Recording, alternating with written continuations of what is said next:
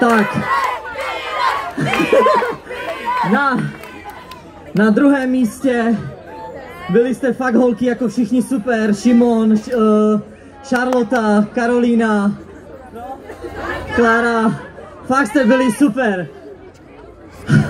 Na druhým se stává Amare Bachtalečany.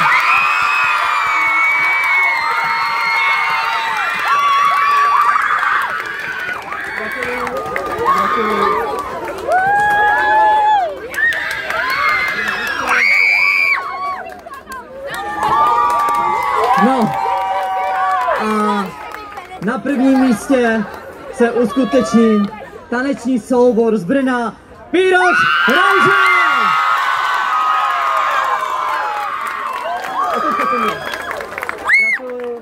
Gratuluju.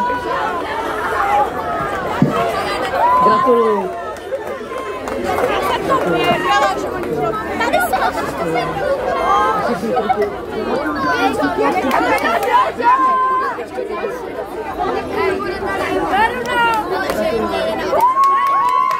Byli jste skvělí!